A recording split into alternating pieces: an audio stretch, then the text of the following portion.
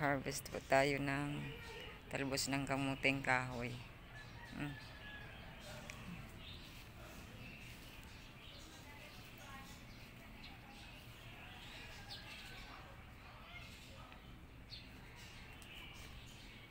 Ayan na. Okay, patingin ng na-harvest.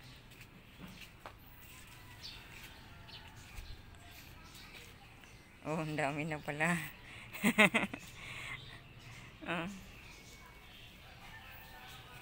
Yan po ang harvest natin sa mga tanim. At tayo ngayon magugulay ng talbos ng kamuting kahoy with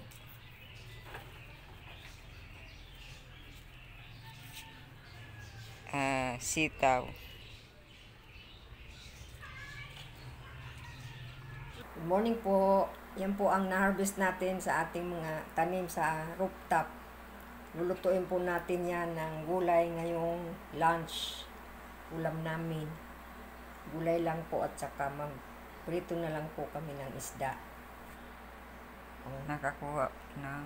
Yan na po ang nakuha namin: talong, okra, sitaw, malunggay at ampalaya.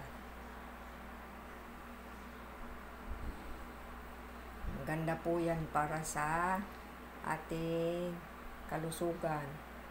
Gulay lang po. Ganda po. Sige po, good morning po sa inyo. Yan po ang masarap na ulam. Tingnan niyo po ang okra. Fresh na fresh. Ang talong. Tapos talbos ng kamuting kahoy at saka yung ampalaya na napitas ko. Yan po ang sitaw. Ayan, ganda. Sarap. Sarap po yan. Gagayatin po natin ang talbos na kamuting kahoy na pino. Ihalo po natin yan.